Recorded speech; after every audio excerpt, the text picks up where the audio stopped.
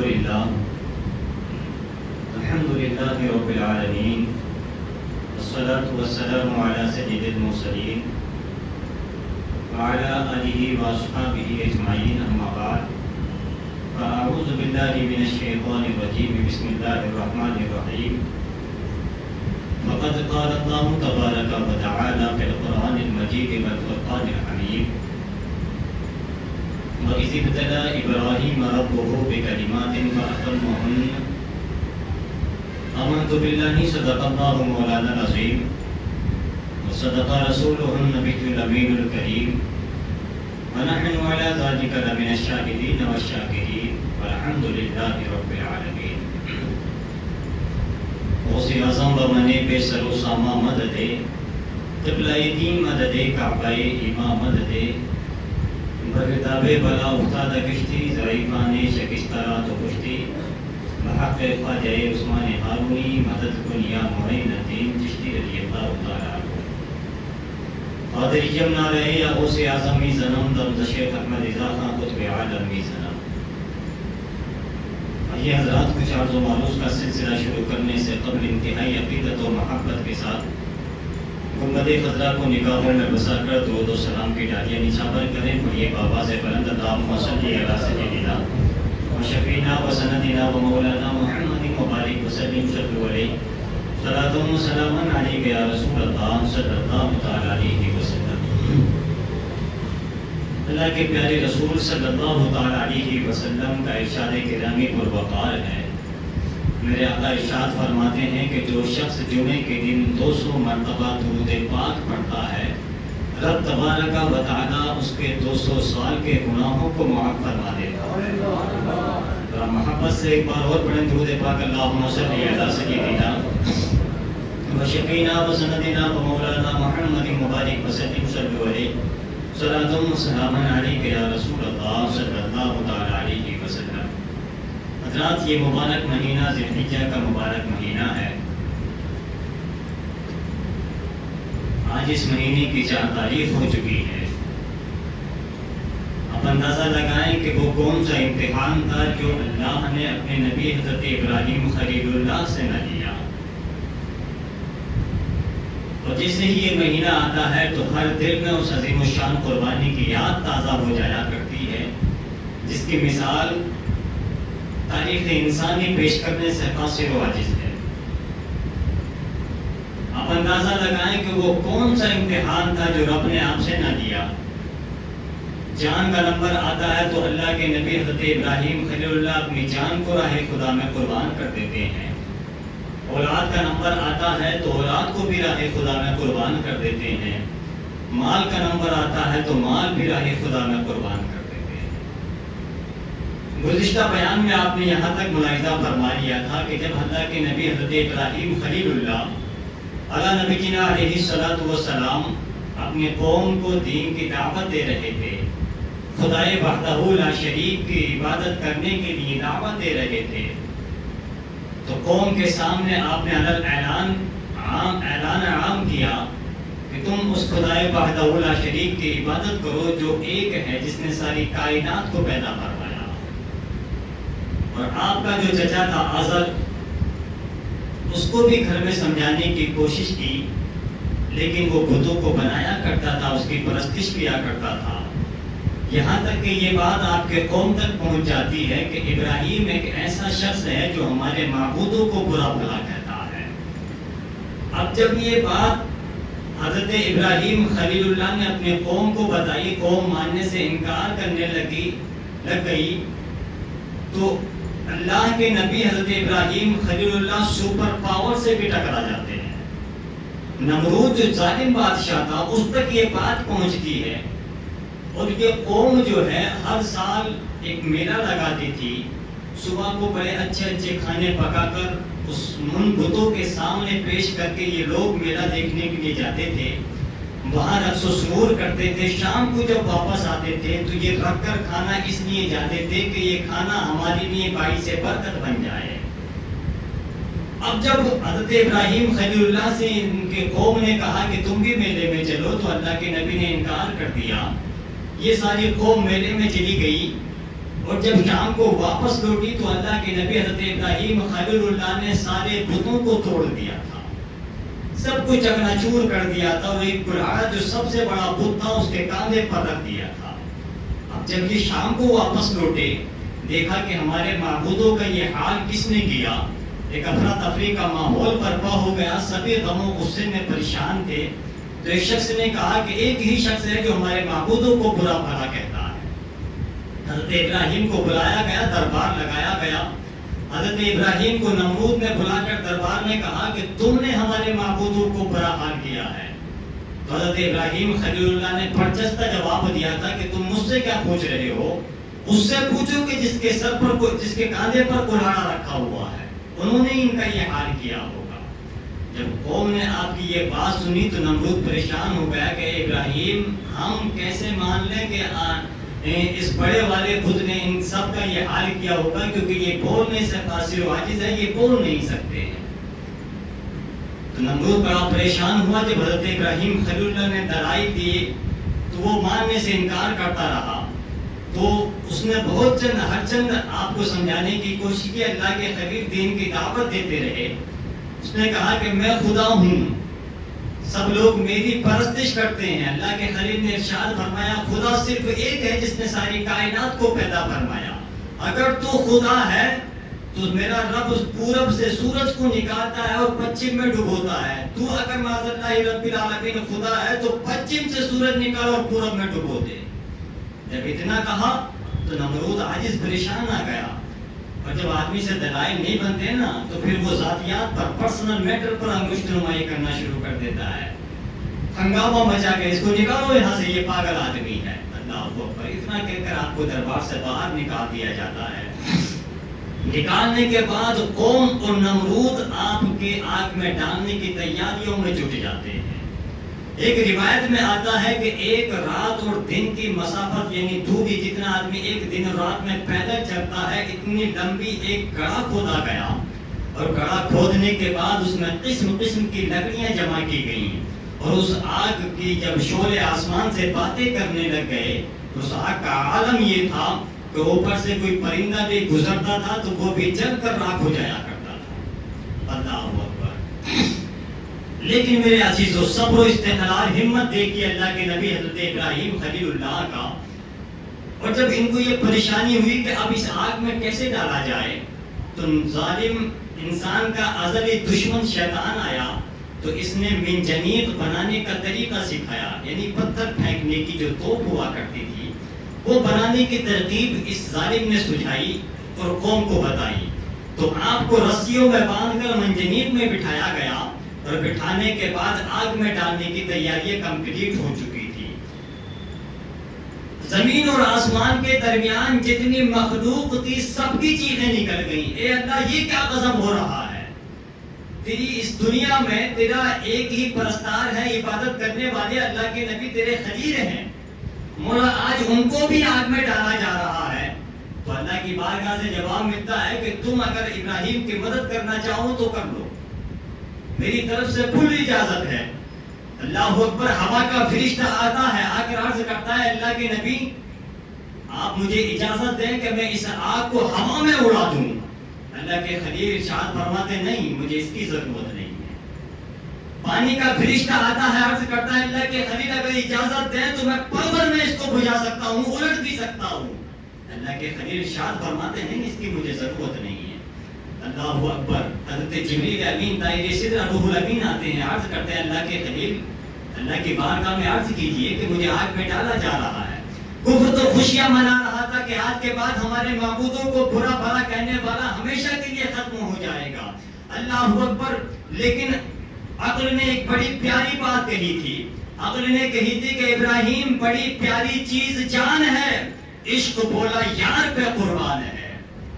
اور شاعر مشرق ڈاکٹر اقبال کہتے ہیں کہ بے خطر کود پڑا آتش نمرود میں عشق، عقل ہے محو تماشائے لبے بام، ابھی عقل ابھی تماشا ہی دیکھ رہی تھی کہ عشق نے آگ میں چھلانگ لگا دی۔ اللہ کے خلیل آگ میں جاتے ہیں، اور جانے کے بعد رب کا فرمان عالی شان آ جاتا ہے، یا نار کونی بردم و سلام علی ابراہیم، اے آگ ابراہیم پر ٹھنڈی اور سلامتی والی ہو جا۔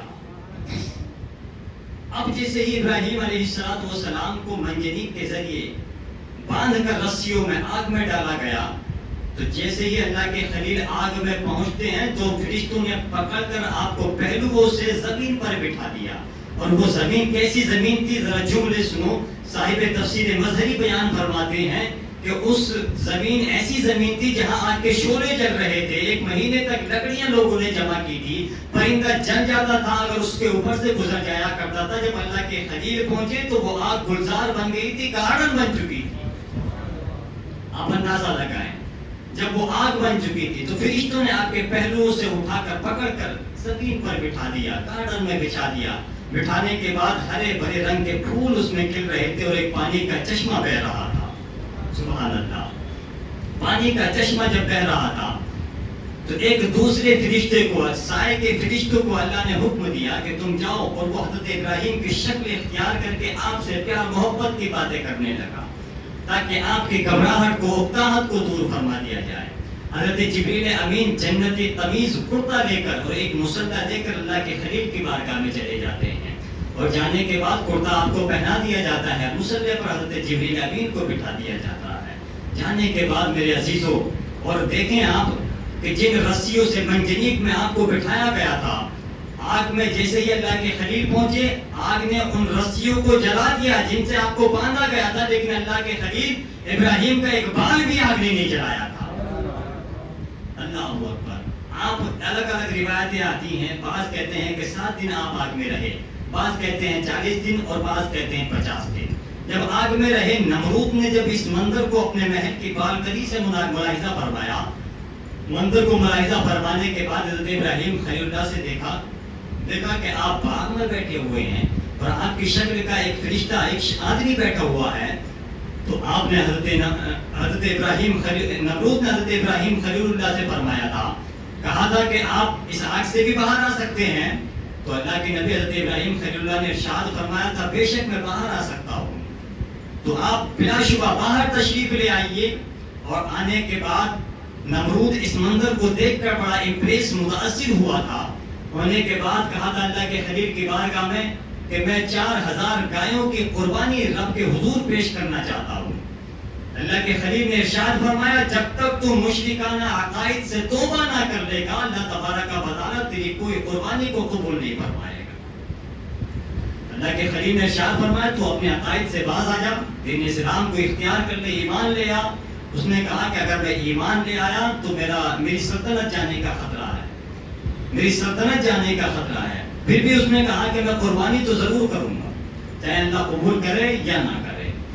الغرض میرے دوستو، جب حضرت ابراہیم خلیل اللہ آج سے واپس تشریف لے آتے ہیں، نمرود کہ آپ ضرر و شرر سے محفوظ ہو جاتے ہیں، تو اللہ کے خلیل اس دارالکفر کو چھوڑ کر ملک شام کی طرف روانہ ہو جاتے ہیں.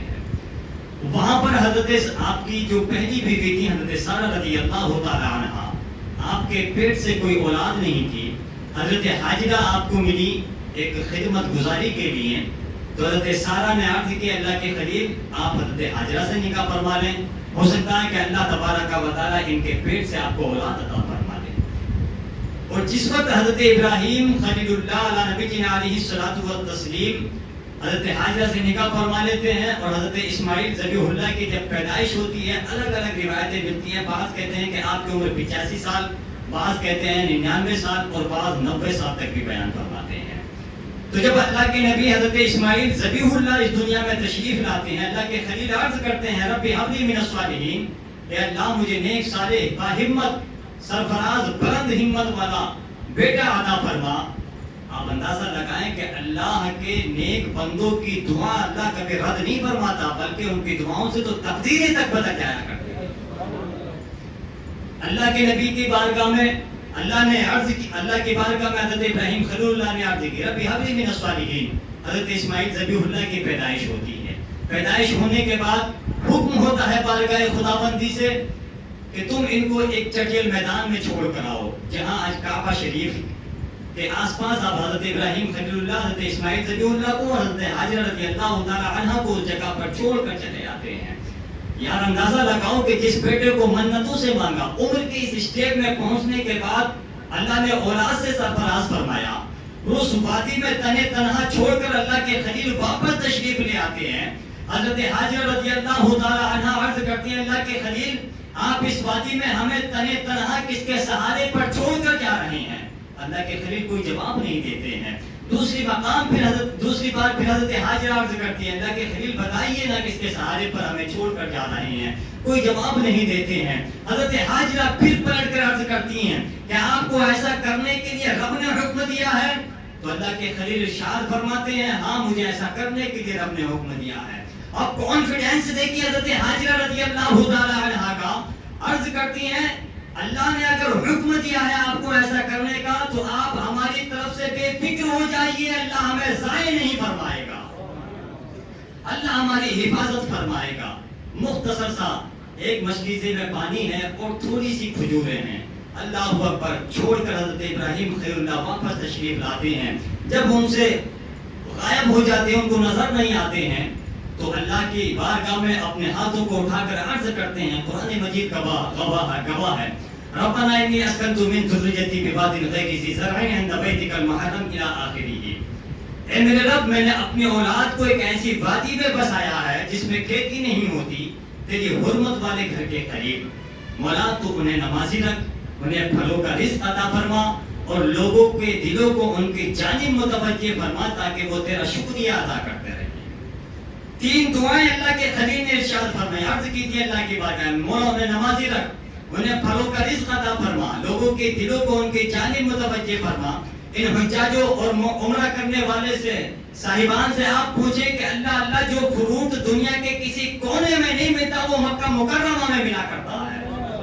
کہ حضرت ابراہیم خلیل اللہ کی دعاؤں کا اثر ہے اور پیارے دعاؤں سے تقدیریں تک بدل جایا کرتی ہیں. میرے عزیزو یہ تین دعائیں اللہ کے خلیل نے ارشاد عرض کی تھی اللہ کی بارگاہ میں، اور یہ آج انہیں کی دعاؤں کا اثر ہے کہ لوگوں کے دل اس جانب کھینچے چلے جاتے ہیں. اللہ نے بہت سارے سیٹ لوگوں کو دنیا میں مال و دولت دے کر نوازا ہے، لیکن وہی جاتا ہے مقدر کا سکندر جو ہوتا ہے جن کو میرے آقا اپنے در پر بلانا چاہتے ہیں. بہت سارے پیسے والے بیٹھے رہ جاتے ہیں، لیکن جن کو اللہ اس کے رسول بلانا چاہتے ہیں تو ان کا اسباب بن جاتے ہیں.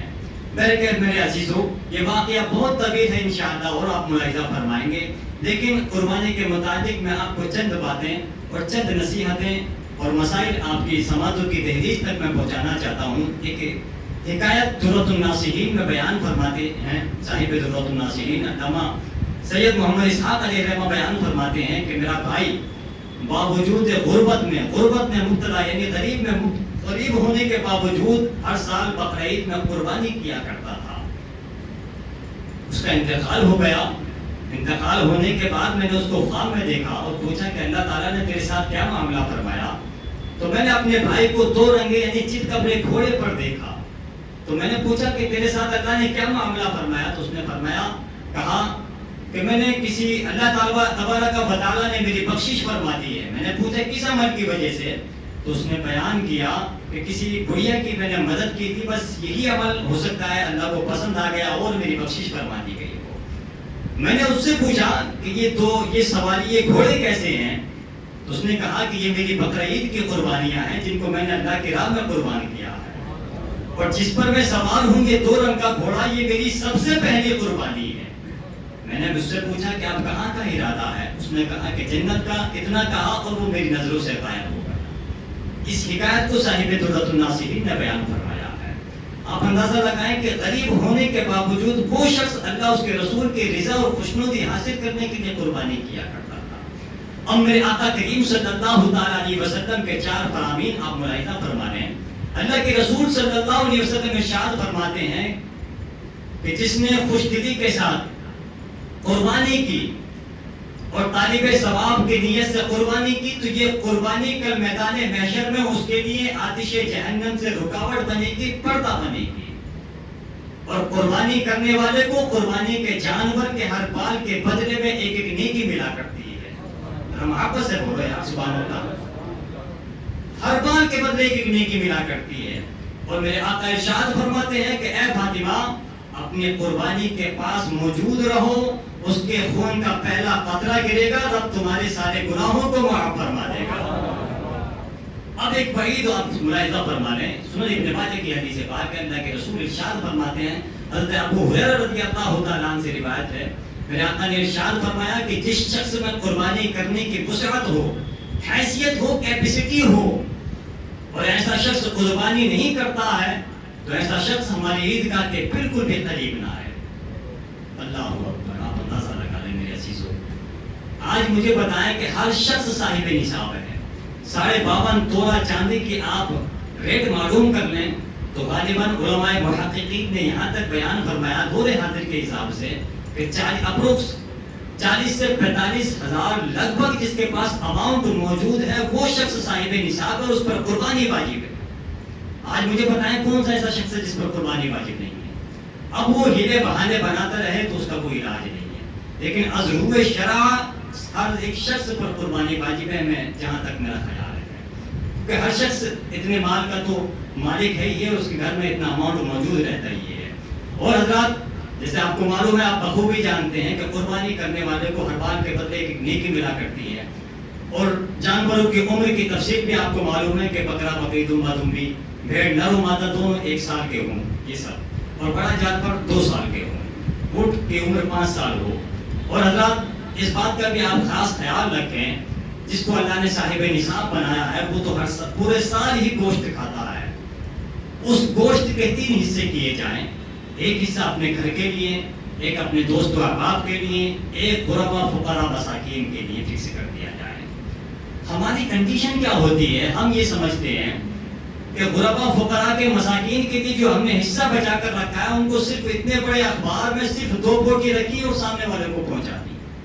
یار اللہ نے تمہیں نوازا ہے، قربانی خوشدلی کے ساتھ کر رہے ہو تو کم سے کم اسلام مساوات برابری کا درس دیتا ہے، کم سے کم اتنا تو اس کے گھر میں پہنچا دو کہ آدھا 1 کلو کہ اس کا 1 وقت کا کھانے کا انتظام ہو جائے، آپ اندازہ لگائیں۔ لیکن ہمارا حال اتنا برا ہے، برا مت مانیے گا، بڑی کڑوی بات میں آپ کی سماعتوں کی دہلیز تک پہنچا رہا ہوں، ہمارا حال یہ ہے کہ صرف 2 بوٹی 100 گرام بمشکل اس کے گھر تک پہنچا دیتے ہیں، اور صاحب انگلی کٹا کے شہیدوں میں نام لکھوا دیتے ہیں۔ اللہ ہمیں عقل سلیم سے نوازے، اور جن کو اللہ نے قربانی کرنے کی حیثیت سے نوازا ہے تو خوش دلی کے ساتھ وہ قربانی کریں، خاص کر ان غربا فقراء مساکین کا خاص خیال رکھیں جن کو پورا سال، اور قربانی کا مقصد ہی یہ کہ یار ان کو بھی گوشت نصیب ہو جائے، سمجھ رہے ہیں۔ اور کچھ لوگ اتنے گیانی ہو گئے ہیں کہ اللہ تبارک و تعالیٰ نے ان 3 دنوں میں اللہ کے نزدیک کوئی عمل زیادہ پسندیدہ نہیں ہے کہ اللہ کی بارگاہ میں صرف خون بہانا ان 3 دنوں میں جتنا زیادہ پسندیدہ ہے۔ لوگ اتنے گیانی ہو گئے، شریعت میں طبیعت کو دخل دینے لگ گئے، کہنے لگے کہ یار اب قربانی بہت ہو گئی ہیں، اب جو ہے اب ان پیسوں کو کسی غریب کو دے کر اس کی مدد کر دی جائے۔ نہیں، اگر تمہیں مدد ہی کرنی ہے تو ان 3 دن کے علاوہ خوب مدد کرو نا یار، پورے سال کون منع کر رہا ہے، لیکن ان 3 دنوں میں صرف اور صرف قربانی کرنا ہے۔ یہ نہیں ہے کہ صرف قربانی کے پیسہ کسی غریب کو، فقیر کو، مسکین کو دے دیا جائے، بہت سارے ذریعے ہیں، بہت سارے دن آپ کے لیے آتے ہیں، اور وقت پر آپ ان کی مدد کیجیے، شریعت اس بات کو منع نہیں کرتی۔ اور ایک بات اور ذہن نشین کر لیں کہ گھر میں اگر 3 لوگ ہیں اور تینوں صاحب نصاب ہیں تو ان تینوں پر الگ الگ قربانی کرنا واجب ہے۔ کوئی یہ نہ سمجھے کہ صاحب بڑے بھائی نے کر دی تو چھوٹا اس کے ساتھ سامان لے آئے، تیل تپیل لے آئے اور اس کا یہ سامان کر لے تو صاحب یہ بھی قربانی میں شامل ہو جائے گا، ایسا نہیں ہے۔